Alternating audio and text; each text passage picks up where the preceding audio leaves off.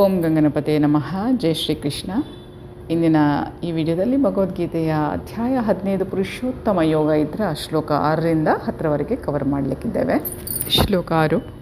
ನ ತತ್ ಭಾಸಯತೆ ಸೂರ್ಯ ನ ಶಶಾಂಕಃ ನ ಪಾವಕಃ ಯತ್ ಗತ್ವಾ ನ ನಿವರ್ತಂತೆ ತದ್ಧಾಮ ಪರಮಂ ಮಮ. ನನ್ನ ಆ ಪರಮಧಾಮವನ್ನು ಸೂರ್ಯಚಂದ್ರರಾಗಲಿ ಅಗ್ನಿ ವಿದ್ಯುತ್ ಶಕ್ತಿಗಳಾಗಲಿ ಬೆಳಗುವುದಿಲ್ಲ. ಅದನ್ನು ತಲುಪಿದವರು ಈ ಐಹಿಕ ಜಗತ್ತಿಗೆ ಮತ್ತೆ ಬರುವುದೇ ಇಲ್ಲ. ದೇವೋತ್ತಮ ಪರಮ ಪುರುಷನಾದ ಕೃಷ್ಣನ ನಿವಾಸವಾದ ಆಧ್ಯಾತ್ಮಿಕ ಜಗತ್ತಿಗೆ ಕೃಷ್ಣಲೋಕ, ಗೋಲೋಕ, ವೃಂದಾವನ ಎಂದು ಹೆಸರು. ಇದನ್ನು ಇಲ್ಲಿ ವರ್ಣಿಸಿದೆ. ಆಧ್ಯಾತ್ಮಿಕ ಗಗನದಲ್ಲಿ ಸೂರ್ಯನ ಬೆಳಕು, ಬೆಳದಿಂಗಳು, ಅಗ್ನಿ ಅಥವಾ ವಿದ್ಯುತ್ ಶಕ್ತಿ ಯಾವುದೂ ಅಗತ್ಯ ಇಲ್ಲ. ಏಕೆಂದರೆ ಎಲ್ಲ ಲೋಕಗಳು ಸ್ವಯಂ ಪ್ರಭೆಯಿಂದ ಬೆಳಗುತ್ತವೆ. ಈ ವಿಶ್ವದಲ್ಲಿ ಸ್ವಯಂ ಪ್ರಭೆ ಇರುವ ಲೋಕ ಒಂದೇ ಒಂದು, ಅದು ಸೂರ್ಯ. ಆದರೆ ಆಧ್ಯಾತ್ಮಿಕ ಗಗನದಲ್ಲಿ ಎಲ್ಲ ಲೋಕಗಳಿಗೂ ಸ್ವಯಂ ಪ್ರಭೆಯುಂಟು. ವೈಕುಂಠ ಲೋಕಗಳೆಂದು ಕರೆಯಲಾಗಿರುವಂತಹ ಲೋಕಗಳ ಬೆಳಗುವ ಕಾಂತಿಯೇ ಬ್ರಹ್ಮ ಜ್ಯೋತಿಯಂತೆ ಪ್ರಕಾಶಿಸುವ ಆಕಾಶವಾಗಿದೆ. ವಾಸ್ತವವಾಗಿ ಪ್ರಭೆಯು ಕೃಷ್ಣನ ಲೋಕವಾದ ಗೋಲೋಕ ವೃಂದಾವನದಿಂದ ಮೂಡಿಬರುತ್ತದೆ. ಮಹತ್ ತತ್ವವು ಎಂದರೆ ಐಹಿಕ ಜಗತ್ತು ಈ ಮಹಾಪ್ರಭೆಯನ್ನು ಮುಚ್ಚಿ ಬಿಡುತ್ತದೆ. ಇದನ್ನು ಬಿಟ್ಟರೆ ಬೆಳಗುವ ಆಕಾಶದ ಬಹುಭಾಗ ಆಧ್ಯಾತ್ಮಿಕ ಲೋಕಗಳಿಂದ ತುಂಬಿರುತ್ತದೆ. ಈ ಲೋಕಗಳಿಗೆ ವೈಕುಂಠಗಳೆಂದು ಹೆಸರು. ಅವುಗಳಲ್ಲಿ ಮುಖ್ಯವಾದದ್ದು ಗೋಲೋಕ, ವೃಂದಾವನ. ಜೀವಿಯು ಈ ಕತ್ತಲು ಮುಸುಕಿದ ಐಹಿಕ ಜಗತ್ತಿನಲ್ಲಿ ಇರುವಷ್ಟು ಕಾಲವು ಬದ್ಧ ಜೀವನದಲ್ಲಿ ಇರುತ್ತಾನೆ. ಈ ಐಹಿಕ ಜಗತ್ತಿನ ಮಿಥ್ಯವಾದ ವಕ್ರವಾದ ಮರದ ಮೂಲಕ ಕತ್ತರಿಸಿಕೊಂಡು ಆಧ್ಯಾತ್ಮಿಕ ಗಗನವನ್ನು ತಲುಪುತ್ತಲೇ ಆತನು ಮುಕ್ತನಾಗುತ್ತಾನೆ. ಆಗ ಅವನು ಮತ್ತೆ ಇಲ್ಲಿಗೆ ಬರುವ ಸಂಭವವೇ ಇಲ್ಲ. ತನ್ನ ಬದ್ಧ ಜೀವನದಲ್ಲಿ ಜೀವಿಯು ತಾನೇ ಈ ಐಹಿಕ ಜಗತ್ತಿನ ಪ್ರಭು ಎಂದು ಭಾವಿಸುತ್ತಾನೆ. ಆದರೆ ಮುಕ್ತ ಸ್ಥಿತಿಯಲ್ಲಿ ಅವನು ಆಧ್ಯಾತ್ಮಿಕ ಲೋಕವನ್ನು ಪ್ರವೇಶಿಸಿ ಪರಮ ಪ್ರಭುವಿನ ಸಂಗಾತಿಯಾಗುತ್ತಾನೆ. ಆಗ ಅವನು ನಿತ್ಯ ಜ್ಞಾನಾನಂದ ಬದುಕನ್ನು ಸವಿಯುತ್ತಾನೆ. ಈ ವಿಷಯವು ಮನುಷ್ಯನನ್ನು ಆಕರ್ಷಿಸಬೇಕು. ಆತನು ಆ ನಿತ್ಯ ಜಗತ್ತಿಗೆ ಸಾಗಿ ಹೋಗಿ ವಾಸ್ತವಿಕತೆಯ ಈ ಮಿಥ್ಯಾ ಪ್ರತಿಬಿಂಬದಿಂದ ಬಿಡುಗಡೆ ಹೊಂದಲು ಬಯಸಬೇಕು. ಈ ಜಗತ್ತಿನಲ್ಲಿ ಅತ್ಯಾಸಕ್ತಿ ಇರುವವನಿಗೆ ಆ ಮೋಹವನ್ನು ಕತ್ತರಿಸುವುದು ಕಷ್ಟ. ಆದರೆ ಅವನು ಭಕ್ತರ ಸಹವಾಸದಲ್ಲಿ ಕೃಷ್ಣ ಪ್ರಜ್ಞೆಯನ್ನು ಅನುಸರಿಸಿದರೆ ಕ್ರಮೇಣ ಅನಾಸಕ್ತನಾಗುವ ಸಾಧ್ಯತೆ ಉಂಟು. ಅದಕ್ಕಾಗಿ ಅವನು ಕೃಷ್ಣ ಪ್ರಜ್ಞೆಯಲ್ಲಿರುವವರ ಸಹವಾಸ ಮಾಡಬೇಕು. ಕೃಷ್ಣ ಪ್ರಜ್ಞೆಗೆ ಮುಡಿಪಾದ ಸಮಾಜವನ್ನು ಹುಡುಕಿಕೊಂಡು ಹೋಗಬೇಕು. ಭಕ್ತಿ ಸೇವೆಯನ್ನು ಮಾಡುವುದು ಹೇಗೆ ಎಂದು ಕಲಿತುಕೊಳ್ಳಬೇಕು. ಈ ರೀತಿಯಲ್ಲಿ ಅವನು ಐಹಿಕ ಜಗತ್ತಿನ ಮೋಹವನ್ನು ಕತ್ತರಿಸ ಹಾಕಬಹುದು.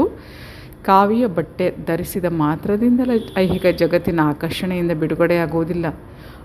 ಅವನು ಪ್ರಭುವಿನ ಭಕ್ತಿ ಸೇವೆಯಲ್ಲಿ ಆಸಕ್ತಿಯನ್ನು ಪಡೆಯಬೇಕು. ಆದ್ದರಿಂದ 12ನೇ ಅಧ್ಯಾಯದಲ್ಲಿ ವರ್ಣಿಸಿರುವಂತಹ ಭಕ್ತಿ ಸೇವೆ ಒಂದೇ ನಿಜವಾದ ವೃಕ್ಷದ ಮಿಥ್ಯಾ ಪ್ರತಿಬಿಂಬದಿಂದ ಬಿಡುಗಡೆ ಹೊಂದುವ ಮಾರ್ಗ. ಇದನ್ನು ಮನುಷ್ಯನು ಗಂಭೀರವಾಗಿ ತೆಗೆದುಕೊಳ್ಳಬೇಕು. ಎಲ್ಲ ಬಗೆಯ ಪ್ರಕ್ರಿಯೆಗಳು ಐಹಿಕ ಪ್ರಕೃತಿಯಿಂದ ಕಲ್ಮಶವಾಗುವುದನ್ನು 14ನೇ ಅಧ್ಯಾಯದಲ್ಲಿ ವರ್ಣಿಸಲಾಗಿದೆ. ಭಕ್ತಿ ಸೇವೆಯೊಂದೇ ಪರಿಶುದ್ಧವಾಗಿ ಆಧ್ಯಾತ್ಮಿಕವಾದದ್ದು ಎಂದು ವರ್ಣಿಸಿದೆ. ಇಲ್ಲಿ ಪರಮಂ ಮಮ ಎನ್ನುವ ಮಾತುಗಳು ಮುಖ್ಯವಾದದ್ದು. ವಾಸ್ತವವಾಗಿ ಮೂಲೆ ಮೂಲೆಯೂ ಪ್ರಭುವಿನ ಸ್ವತ್ತು. ಆದರೆ ಆಧ್ಯಾತ್ಮಿಕ ಜಗತ್ತು ಪರಮಂ 6 ಸಿರಿಗಳಿಂದ ತುಂಬಿತು. ಆಧ್ಯಾತ್ಮಿಕ ಜಗತ್ತಿನಲ್ಲಿ ಸೂರ್ಯನ ಬೆಳಕು, ಚಂದ್ರನ ಬೆಳಕು, ನಕ್ಷತ್ರಗಳ ಅಗತ್ಯ ಇಲ್ಲ ಎನ್ನುವುದನ್ನು ಕಠ ಉಪನಿಷತ್ ದೃಢಪಡಿಸುತ್ತದೆ. ಇಡೀ ಆಧ್ಯಾತ್ಮಿಕ ಜಗತ್ತನ್ನು ಪರಮ ಪ್ರಭುವಿನ ಅಂತರಂಗದ ಶಕ್ತಿ ಬೆಳಗುತ್ತದೆ. ಶರಣಾಗತಿಯಿಂದ ಮಾತ್ರ ಆ ಪರಮ ಧಾಮವನ್ನು ಪಡೆಯಲು ಸಾಧ್ಯ. ಬೇರಾವ ರೀತಿಯಿಂದಲೂ ಸಾಧ್ಯ ಇಲ್ಲ. ಶ್ಲೋಕ 7. ಮಮ ಏವ ಅಂಶಃ ಜೀವಲೋಕೆ ಜೀವಭೂತಃ ಸನಾತನಃ ಮನಃ ಷಷ್ಠಾನೀಂದ್ರಿಯಾಣಿ ಪ್ರಕೃತಿಸ್ಥಾನಿ ಕರ್ಷತಿ. ಈ ಬದ್ಧ ಜಗತ್ತಿನಲ್ಲಿರುವಂತಹ ಜೀವಿಗಳು ನನ್ನ ನಿತ್ಯವಾದ ಸಣ್ಣ ಸಣ್ಣ ಭಾಗಗಳು. ಬದ್ಧ ಜೀವನದಿಂದಾಗಿ ಅವರು ಮನಸ್ಸು ಸೇರಿದಂತೆ 6 ಇಂದ್ರಿಯಗಳೊಡನೆ ಬಹುವಾಗಿ ಕಷ್ಟಪಡುತ್ತಾರೆ. ಈ ಶ್ಲೋಕದಲ್ಲಿ ಜೀವಿಯ ವ್ಯಕ್ತಿತ್ವವನ್ನು ಸ್ಪಷ್ಟವಾಗಿ ಹೇಳಲಾಗಿದೆ. ಜೀವಿಯು ಎಂದೆಂದೂ ಪ್ರಭುವಿನ ವಿಭಿನ್ನಾಂಶದ ಸಣ್ಣ ಭಾಗ. ತನ್ನ ಬದ್ಧ ಜೀವನದಲ್ಲಿ ಅವನು ವ್ಯಕ್ತಿತ್ವವನ್ನು ಪಡೆಯುತ್ತಾನೆ ಮತ್ತು ಮುಕ್ತ ಸ್ಥಿತಿಯಲ್ಲಿ ಪರಮ ಪ್ರಭುವಿನೊಡನೆ ಒಂದಾಗುತ್ತಾನೆ ಎಂದಲ್ಲ. ಅವನು ನಿರಂತರವಾಗಿ ಬೇರೆಯಾದವನು, ಸನಾತನಃ ಎಂದು ಸ್ಪಷ್ಟವಾಗಿ ಹೇಳಿದೆ. ವೇದದ ಪ್ರಕಾರ ಪರಮಪ್ರಭು ಅಸಂಖ್ಯಾತ ವಿಸ್ತರಣಗಳಲ್ಲಿ ಪ್ರಕಟವಾಗುತ್ತಾನೆ ಮತ್ತು ವಿಸ್ತಾರಗೊಳ್ಳುತ್ತಾನೆ. ಇವುಗಳಲ್ಲಿ ಪ್ರಮುಖ ವಿಸ್ತರಣಗಳಿಗೆ ವಿಷ್ಣು ತತ್ವ ಎಂದು ಹೆಸರು. ಎರಡನೆಯ ಮಹತ್ವದ ವಿಸ್ತರಣಗಳಿಗೆ ಜೀವಿಗಳು ಎಂದು ಹೆಸರು. ತನ್ನ ವೈಯಕ್ತಿಕ ವಿಸ್ತರಣೆಯಿಂದ ಆತನು ರಾಮ, ನರಸಿಂಹದೇವ, ವಿಷ್ಣುಮೂರ್ತಿ ಮೊದಲಾದ ರೂಪಗಳಲ್ಲಿ ಮತ್ತು ವೈಕುಂಠ ಲೋಕಗಳ ಪ್ರಮುಖ ದೇವತೆಗಳಲ್ಲಿ ಪ್ರಕಟವಾಗುತ್ತಾನೆ. ಬೇರೆಯಾದ ವಿಸ್ತರಣೆಗಳು ಎಂದರೆ ಜೀವಿಗಳು, ನಿತ್ಯ ಸೇವಕರು. ದೇವೋತ್ತಮ ಪರಮಪುರುಷನ ವೈಯಕ್ತಿಕ ವಿಸ್ತರಣೆಗಳಾದ ದೇವೋತ್ತಮನ ಪ್ರತ್ಯೇಕ ವ್ಯಕ್ತಿತ್ವಗಳು ಎಂದೆಂದೂ ಇರುತ್ತಾರೆ. ಹೀಗೆಯೇ ಬೇರೆಯಾದ ವಿಸ್ತರಣೆಗಳಾದ ಜೀವಿಗಳಿಗೂ ವ್ಯಕ್ತಿತ್ವಗಳಿವೆ. ಜೀವಿಗಳು ಪರಮ ಪ್ರಭುವಿನಿಂದ ಬೇರೆಯಾದ ವಿಭಿನ್ನಾಂಶಗಳು. ಅವುಗಳಿಗೂ ಅವನ ಗುಣಗಳ ಸ್ವಲ್ಪ ಭಾಗಗಳಿವೆ. ಅವುಗಳಲ್ಲಿ ಸ್ವಾತಂತ್ರ್ಯವೂ ಒಂದು.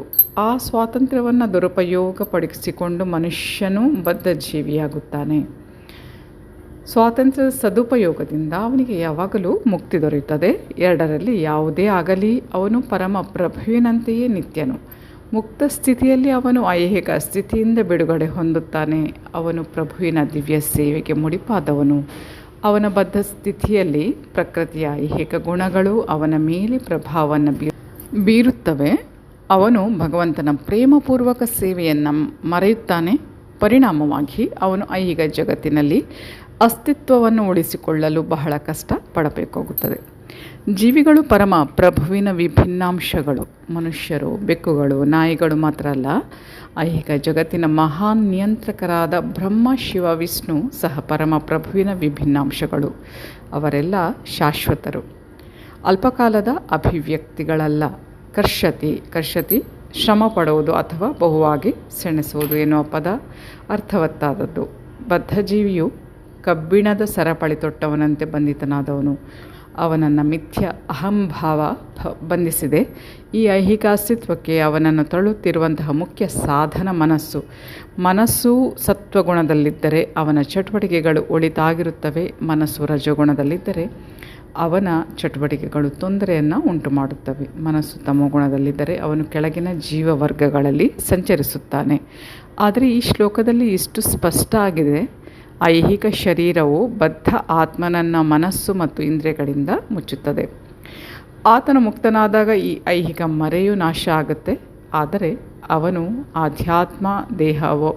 ಆಧ್ಯಾತ್ಮ ದೇಹವು ತನ್ನ ವೈಯಕ್ತಿಕ ರೂಪದಲ್ಲಿ ಪ್ರಕಟವಾಗುತ್ತದೆ. ಮಾಧ್ಯಂತಿ ನಾಯನ ಶ್ರುತಿಯಲ್ಲಿ ಹೀಗೆ ಹೇಳಲಾಗಿದೆ: ಸವಾ ಏಷ ಬ್ರಹ್ಮನಿಷ್ಠ ಇದಂ ಶರೀರಂ ಮಸ್ಯಂ ಅತಿಸೃಜ್ಯ ಬ್ರಹ್ಮಾಭಿ ಸಮೃದ್ಧ ಬ್ರಹ್ಮಣ ಪಶ್ಯತಿ ಬ್ರಹ್ಮಣ ಶೃಣೋತಿ ಬ್ರಹ್ಮಣೈವೇದಂ ಸರ್ವಂ ಅನುಭವತಿ. ಜೀವಿಯು ಈ ಐಹಿಕ ಶರೀರವನ್ನು ತ್ಯಜಿಸಿ ಆಧ್ಯಾತ್ಮಿಕ ಲೋಕವನ್ನು ಪ್ರವೇಶಿಸಿದಾಗ ಅವನು ತನ್ನ ಆಧ್ಯಾತ್ಮಿಕ ಶರೀರವನ್ನು ಮತ್ತೆ ಪಡೆಯುತ್ತಾನೆ. ಜೀವಿಯು ತನ್ನ ಆಧ್ಯಾತ್ಮಿಕ ಶರೀರದಲ್ಲಿ ದೇವೋತ್ತಮ ಪರಮಪುರುಷನನ್ನು ತನ್ನ ಕಣ್ಣೆದುರಿಗೇ ಕಾಣಬಲ್ಲ, ಪರಮ ಪ್ರಭುವಿನ ಮಾತನ್ನು ಕೇಳಬಲ್ಲ ಮತ್ತು ಸಮ್ಮುಖದಲ್ಲಿ ಮಾತನಾಡಬಲ್ಲ. ಪರಮ ಪುರುಷನನ್ನು ಅವನಿರುವಂತೆ ಅರ್ಥ ಮಾಡಿಕೊಳ್ಳಬಲ್ಲ. ಹೀಗೆಂದು ಇಲ್ಲಿ ಹೇಳಿದೆ. ಸ್ಮೃತಿಯಿಂದ ಇದನ್ನು ತಿಳಿದುಕೊಳ್ಳಬಹುದು. ವಸಂತಿ ಯತ್ರ ಪುರುಷಾಃ ಸರ್ವೇ ವೈಕುಂಠ ಮೂರ್ತಯಃ. ಆಧ್ಯಾತ್ಮಿಕ ಲೋಕಗಳಲ್ಲಿ ದೇವೋತ್ತಮ ಪರಮ ಪುರುಷನ ಲಕ್ಷಣಗಳಂತೆಯೇ ಲಕ್ಷಣಗಳಿರುವಂತಹ ದೇಹಗಳಲ್ಲಿ ಪ್ರತಿಯೊಬ್ಬನೂ ವಾಸಿಸುತ್ತಾನೆ. ದೇಹದರ್ಶನೆಯ ಮಟ್ಟಿಗೆ ವಿಭಿನ್ನಾಂಶಗಳ ಜೀವಿಗಳಿಗೂ ವಿಷ್ಣುಮೂರ್ತಿಯ ವಿಸ್ತರಣೆಗಳಿಗೂ ವ್ಯತ್ಯಾಸ ಇಲ್ಲ. ಎಂದರೆ ಮುಕ್ತಿ ದೊರೆತಾಗ ದೇವೋತ್ತಮ ಪರಮ ಪುರುಷನ ಕೃಪೆಯಿಂದ ಜೀವಿಯು ಒಂದು ಆಧ್ಯಾತ್ಮಿಕ ಶರೀರವನ್ನು ಪಡೆಯುತ್ತಾನೆ. ಮಮೈವಾಂಶ ಪರಮಪ್ರಭುವಿನ ಸಣ್ಣ ಭಾಗಗಳಾದ ವಿಭಿನ್ನಾಂಶಗಳು ಎನ್ನುವ ಪದಗಳು ಬಹು ಅರ್ಥವಾದದ್ದು. ಪರಮಪ್ರಭುವಿನ ಸಣ್ಣ ಭಾಗವು ಯಾವುದಾದರೂ ಐಹಿಕ ಭಾಗದಂತಲ್ಲ. ಆತ್ಮವನ್ನು ತುಂಡು ಮಾಡಲು ಸಾಧ್ಯ ಇಲ್ಲ ಎನ್ನುವುದನ್ನು 2ನೇ ಅಧ್ಯಾಯದಲ್ಲಿ ನಾವು ಆಗಾಗಲೇ ತಿಳಿದುಕೊಂಡಿದ್ದೇವೆ. ಈ ಭಾಗವನ್ನು ಭೌತಿಕವಾಗಿ ರೂಪಿಸಿಲ್ಲ. ಅದು ತುಂಡುಗಳನ್ನಾಗಿ ಮಾಡಿ ಮತ್ತೆ ಜೋಡಿಸಲು ಸಾಧ್ಯ ಆಗುವ ಜಡ ವಸ್ತುವಿನಂತಲ್ಲ. ಆ ಪರಿಕಲ್ಪನೆಯು ಇಲ್ಲಿ ಅನ್ವಯಿಸುವುದಿಲ್ಲ, ಏಕೆಂದರೆ ಸನಾತನ ಎನ್ನುವ ಸಂಸ್ಕೃತ ಪದವನ್ನು ಬಳಸಿದೆ. ಸಣ್ಣ ಭಾಗ ಶಾಶ್ವತ. ಪ್ರತಿಯೊಂದು ಪ್ರತ್ಯೇಕ ದೇಹದಲ್ಲಿಯೂ ಪರಮ ಪ್ರಭುವಿನ ಸಣ್ಣ ಭಾಗ ಇದೆ. ದೇಹೋ ಅಸ್ಮಿನ್ ಯಥಾ ದೇಹೆ ಎಂದು 2ನೇ ಅಧ್ಯಾಯದ ಪ್ರಾರಂಭದಲ್ಲಿ ಹೇಳಿದೆ. ಆ ಸಣ್ಣ ಭಾಗ ದೇಹದ ತೊಡಕಿನಿಂದ ಬಿಡುಗಡೆಯಾದಾಗ ಆಧ್ಯಾತ್ಮಿಕ ಗಗನದಲ್ಲಿ, ಆಧ್ಯಾತ್ಮಿಕ ಲೋಕದಲ್ಲಿ ತನ್ನ ಮೂಲ ಆಧ್ಯಾತ್ಮಿಕ ದೇಹವನ್ನು ಮತ್ತೆ ಪಡೆಯುತ್ತದೆ. ಅದು ಪರಮಪ್ರಭುವಿನ ಸಹವಾಸವನ್ನು ಅನುಭವಿಸುತ್ತದೆ. ಆದರೆ ಚಿನ್ನದ ವಿಭಿನ್ನಾಂಶಗಳು ಸಹ ಚಿನ್ನವೇ ಆಗಿರುವಂತೆ ಸಣ್ಣ ಭಾಗವು ಪರಮಪ್ರಭುವಿನ ವಿಭಿನ್ನಾಂಶ ಆಗಿರುವುದರಿಂದ ಜೀವಿಯು ಗುಣದಲ್ಲಿ ಪ್ರಭುವಿನೊಡನೆ ಒಂದು ಎಂದು ಅರ್ಥ ಮಾಡಿಕೊಳ್ಳಬೇಕು. ಶ್ಲೋಕ 8. ಶರೀರಂ ಯತ್ ಅವಾಪ್ನೋತಿ ಯತ್ ಚ ಅಪಿ ಉತ್ಕ್ರಾಮತಿ ಈಶ್ವರ ಗೃಹೀತ್ವಾ ಏತಾನಿ ಸಂಯಾತಿ ವಾಯು ಗಂಧಾನ್ ಇವ ಆಶಯಾತ್. ಗಾಳಿ ಗಂಧಗಳನ್ನು ಒಯ್ಯುವಂಥ ಐಹಿಕ ಜಗತ್ತಿನಲ್ಲಿ ಜೀವಿಯು ತನ್ನ ಜೀವನದ ವಿವಿಧ ಕಲ್ಪನೆಗಳನ್ನು ಒಂದು ದೇಹದಿಂದ ಮತ್ತೊಂದು ದೇಹಕ್ಕೆ ಒಯ್ಯುತ್ತಾನೆ. ಹೀಗೆ ಅವನು ಒಂದು ಬಗೆಯ ದೇಹವನ್ನು ಪಡೆಯುತ್ತಾನೆ, ಮತ್ತೊಂದು ದೇಹವನ್ನು ಪಡೆಯಲು ಮೊದಲಿನ ದೇಹವನ್ನು ಬಿಡುತ್ತಾನೆ. ಇಲ್ಲಿ ಜೀವಿಯನ್ನು ಈಶ್ವರ ಎಂದು ವರ್ಣಿಸಲಾಗಿದೆ. ಹೀಗೆಂದರೆ ತನ್ನ ದೇಹವನ್ನು ನಿಯಂತ್ರಿಸುವವನು ಎಂದರ್ಥ. ಅವನು ಬಯಸಿದಲ್ಲಿ ತನ್ನ ದೇಹವನ್ನು ಉತ್ತಮ ವರ್ಗಕ್ಕೆ ಬದಲಾಯಿಸಬಹುದು, ಅವನು ಬಯಸಿದಲ್ಲಿ ತನ್ನ ಕೆಳಗಿನ ವರ್ಗಕ್ಕೆ ಬದಲಾಯಿಸಬಹುದು. ಬಹು ಅಲ್ಪವಾದ ಸ್ವಾತಂತ್ರ್ಯ ಉಂಟು. ಅವನ ದೇಹಕ್ಕೆ ಆಗುವ ಬದಲಾವಣೆಯು ಅವನನ್ನು ಅವಲಂಬಿಸಿದೆ. ಸಾವಿನ ಸಮಯದಲ್ಲಿ ಅವನು ಸೃಷ್ಟಿಸಿರುವ ಪ್ರಜ್ಞೆ ಅವನನ್ನು ಮುಂದಿನ ಬಗೆಯ ದೇಹಕ್ಕೆ ಕೊಂಡೊಯ್ಯುವುದು. ಅವನು ತನ್ನ ಪ್ರಜ್ಞೆಯನ್ನು ಒಂದು ಬೆಕ್ಕಿನ ಅಥವಾ ನಾಯಿಯ ಪ್ರಜ್ಞೆಯಂತೆ ಮಾಡಿದ್ದರೆ ಅವನು ಬೆಕ್ಕು ಅಥವಾ ನಾಯಿಯ ದೇಹವನ್ನು ಪಡೆಯುವುದು ಖಂಡಿತ. ಅವನು ತನ್ನ ಮನಸ್ಸನ್ನು ದೈವಿ ಗುಣಗಳಲ್ಲಿ ಕೇಂದ್ರೀಕರಿಸಿದ್ದರೆ ಅವನು ದೇವತೆಯ ರೂಪವನ್ನು ಪಡೆಯುತ್ತಾನೆ. ಅವನು ಕೃಷ್ಣ ಪ್ರಜ್ಞೆಯಲ್ಲಿದ್ದರೆ ಅವನನ್ನು ಕೃಷ್ಣ ಲೋಕಕ್ಕೆ ವರ್ಗ ಮಾಡಲಾಗುತ್ತೆ. ಅವನು ಕೃಷ್ಣನ ಸಂಗಾತಿಯಾಗುತ್ತಾನೆ. ಈ ದೇಹ ನಾಶವಾದ ಮೇಲೆ ಎಲ್ಲವೂ ಮುಗಿದು ಹೋಗುತ್ತದೆ ಎನ್ನುವುದು ಸುಳ್ಳುವಾದ. ವ್ಯಕ್ತಿಗತ ಆತ್ಮನು ದೇಹದಿಂದ ದೇಹಕ್ಕೆ ಸಾಗುತ್ತಾನೆ ಮತ್ತು ಅವನ ಈಗಿನ ಚಟುವಟಿಕೆಗಳು ಅವನ ಮುಂದಿನ ದೇಹದ ಹಿನ್ನೆಲೆಯಾಗುತ್ತದೆ. ಕರ್ಮಕ್ಕೆ ಅನುಗುಣವಾಗಿ ಮನುಷ್ಯನಿಗೆ ಬೇರೆ ಶರೀರ ಬರುತ್ತದೆ. ಕಾಲವು ಕಳೆದಾಗ ಅವನು ಈ ದೇಹವನ್ನು ತ್ಯಜಿಸಬೇಕು. ಮುಂದಿನ ದೇಹದ ಕಲ್ಪನೆಯನ್ನು ಸೂಕ್ಷ್ಮ ಶರೀರ ಕೊಂಡೊಯ್ಯುತ್ತದೆ. ಮುಂದಿನ ಜನ್ಮದಲ್ಲಿ ಅದು ಇನ್ನೊಂದು ದೇಹವನ್ನು ಪಡೆಯುತ್ತದೆ ಎಂದು ಇಲ್ಲಿ ಹೇಳಿದೆ. ದೇಹದಿಂದ ದೇಹಕ್ಕೆ ಸಾಗಿ ದೇಹದಲ್ಲಿರುವಾಗ ಹೋರಾಡುವುದಕ್ಕೆ ಕರ್ಷತೆ ಅಥವಾ ಉಳಿವಿಗಾಗಿ ಹೋರಾಟ ಎಂದು ಹೆಸರು. ಶ್ಲೋಕ 9. ಶ್ರೋತ್ರಂ ಚಕ್ಷುಃ ಸ್ಪರ್ಶನಂ ಚ ರಸನಂ ಘ್ರಾಣಂ ಏವ ಚ ಅಧಿಷ್ಠಾಯ ಮನಃ ಚ ಅಯಂ ವಿಷಯಾನ್ ಉಪಸೇವತೆ. ಜೀವಿಯು ಹೀಗೆ ಇನ್ನೊಂದು ಜಡದೇಹವನ್ನು ಪಡೆಯುತ್ತಾನೆ. ಒಂದು ನಿರ್ದಿಷ್ಟ ಬಗೆಯ ಕಿವಿ, ಕಣ್ಣು, ನಾಲಿಗೆ, ಮೂಗು, ಸ್ಪರ್ಶೇಂದ್ರಿಯಗಳನ್ನು ಪಡೆಯುತ್ತಾನೆ. ಇವನ್ನು ಮನಸ್ಸಿನ ಸುತ್ತ ಜೋಡಿಸಿದೆ. ಹೀಗೆ ಅವನು ಇಂದ್ರಿಯ ವಸ್ತುಗಳ ಒಂದು ವಿಶಿಷ್ಟ ತಂಡವನ್ನು ಅನುಭವಿಸುತ್ತಾನೆ. ಬೇರೆ ಮಾತುಗಳಲ್ಲಿ ಹೇಳುವುದಾದರೆ ಜೀವಿಯು ತನ್ನ ಪ್ರಜ್ಞೆಯಲ್ಲಿ ಬೆಕ್ಕು ನಾಯಿಗಳ ಗುಣಗಳನ್ನು ಬೆರೆಸಿದರೆ ಮುಂದಿನ ಜನ್ಮದಲ್ಲಿ ಬೆಕ್ಕು ಅಥವಾ ನಾಯಿಯ ದೇಹವನ್ನು ಪಡೆದು ಅನುಭವಿಸುತ್ತಾನೆ. ಮೂಲತಃ ಪ್ರಜ್ಞೆಯು ನೀರಿನಂತೆ ಶುದ್ಧ. ನೀರಿನಲ್ಲಿ ಒಂದು ಬಣ್ಣವನ್ನು ಬೆರೆಸಿದರೆ ಅದು ಬದಲಾಗುತ್ತೆ. ಹಾಗೆ ಜೀವಾತ್ಮನು ಪರಿಶುದ್ಧನಾದದ್ದರಿಂದ ಪ್ರಜ್ಞೆಯು ಪರಿಶುದ್ಧ. ಆದರೆ ಪ್ರಜ್ಞೆಯು ಭೌತಿಕ ಗುಣಗಳ ಸಹವಾಸಕ್ಕನುಗುಣವಾಗಿ ಪರಿವರ್ತನೆಗೊಳ್ಳುತ್ತದೆ. ನೈಜ ಪ್ರಜ್ಞೆ ಎಂದರೆ ಶ್ರೀಕೃಷ್ಣ ಪ್ರಜ್ಞೆ. ಆದ್ದರಿಂದ ಮನುಷ್ಯನು ಕೃಷ್ಣ ಪ್ರಜ್ಞೆಯಲ್ಲಿ ನೆಲೆಯನ್ನು ಪಡೆದಾಗ ಅವನ ಜೀವನ ಪರಿಶುದ್ಧವಾಗಿರುತ್ತೆ. ಆದರೆ ಐಹಿಕ ಮನೋಧರ್ಮ ಅವನ ಪ್ರಜ್ಞೆಯೊಡನೆ ಬೆರಕೆಯಾದರೆ ಮುಂದಿನ ಜನ್ಮದಲ್ಲಿ ಅದಕ್ಕೆ ಅನುಗುಣವಾದ ದೇಹವನ್ನು ಪಡೆಯುತ್ತಾನೆ. ಮತ್ತು ಅವನಿಗೆ ಮನುಷ್ಯ ದೇಹವೇ ಲಭ್ಯ ಆಗುತ್ತೆ ಎಂದೇನೂ ಇಲ್ಲ. 84 ಲಕ್ಷ ಜೀವವರ್ಗಗಳಿವೆ. ಅದರಿಂದ ಅವನು ಬೆಕ್ಕು, ನಾಯಿ, ಹಂದಿ, ದೇವತೆ ಅಥವಾ ಇತರ ಹಲವಾರು ರೂಪಗಳಲ್ಲಿ ಒಂದನ್ನು ಪಡೆಯಬಹುದು. ಶ್ಲೋಕ 10. ಉತ್ಕ್ರಾಮಂತಂ ಸ್ಥಿತಂ ವಾ ಅಪಿ ಭುಂಜಾನಂ ವಾ ಗುಣ ಅನ್ವಿತಂ ವಿಮೂಢಾಃ ಪಶ್ಯಂತಿ ಜ್ಞಾನಚಕ್ಷುಷಃ. ಜೀವ ತನ್ನ ದೇಹವನ್ನು ಹೇಗೆ ಬಿಡಬಲ್ಲ? ಪ್ರಕೃತಿಯ ಗುಣಗಳ ಪ್ರಭಾವದಿಂದ ಅವನು ಯಾವ ಬಗೆಯ ದೇಹವನ್ನು ಅನುಭವಿಸುತ್ತಾನೆ? ಇದೆಲ್ಲವನ್ನು ಮೂಢರು ಅರ್ಥ ಮಾಡಿಕೊಳ್ಳಲಾರರು. ಆದರೆ ಜ್ಞಾನದಲ್ಲಿ ಶಿಕ್ಷಣ ಪಡೆದ ಕಣ್ಣುಗಳಿರುವವನು ಇದೆಲ್ಲವನ್ನು ಕಾಣಬಲ್ಲ. ಜ್ಞಾನಚಕ್ಷುಷಃ ಎನ್ನುವ ಮಾತು ಬಹು ಮಹತ್ವದ್ದು. ಜೀವಿಯು ಅವನ ಈಗಿನ ದೇಹವನ್ನು ಹೇಗೆ ಬಿಡುತ್ತಾನೆ? ಮುಂದಿನ ಜನ್ಮದಲ್ಲಿ ಅವನು ಯಾವ ರೂಪವನ್ನು ಪಡೆಯುತ್ತಾನೆ? ಅವನು ಒಂದು ನಿರ್ದಿಷ್ಟ ದೇಹ ರೂಪದಲ್ಲಿ ಏಕೆ ವಾಸಿಸುತ್ತಾನೆ? ಇವನ್ನೆಲ್ಲ ಜ್ಞಾನವಿಲ್ಲದೆ ಮನುಷ್ಯನು ತಿಳಿದುಕೊಳ್ಳಲಾರ. ಇದಕ್ಕೆ ಭಗವದ್ಗೀತೆ ಮತ್ತು ಅಂತಹ ಸಾಹಿತ್ಯವನ್ನು ಯೋಗ್ಯ ಗುರುವಿನಿಂದ ಕೇಳಿ ಗಳಿಸಿಕೊಂಡ ಜ್ಞಾನ ದೊಡ್ಡ ಪ್ರಮಾಣದಲ್ಲಿ ಅಗತ್ಯ. ಇವೆಲ್ಲವನ್ನು ಗ್ರಹಿಸಲು ಶಿಕ್ಷಣವನ್ನು ಪಡೆದಿರುವವನು ಅದೃಷ್ಟಶಾಲಿ.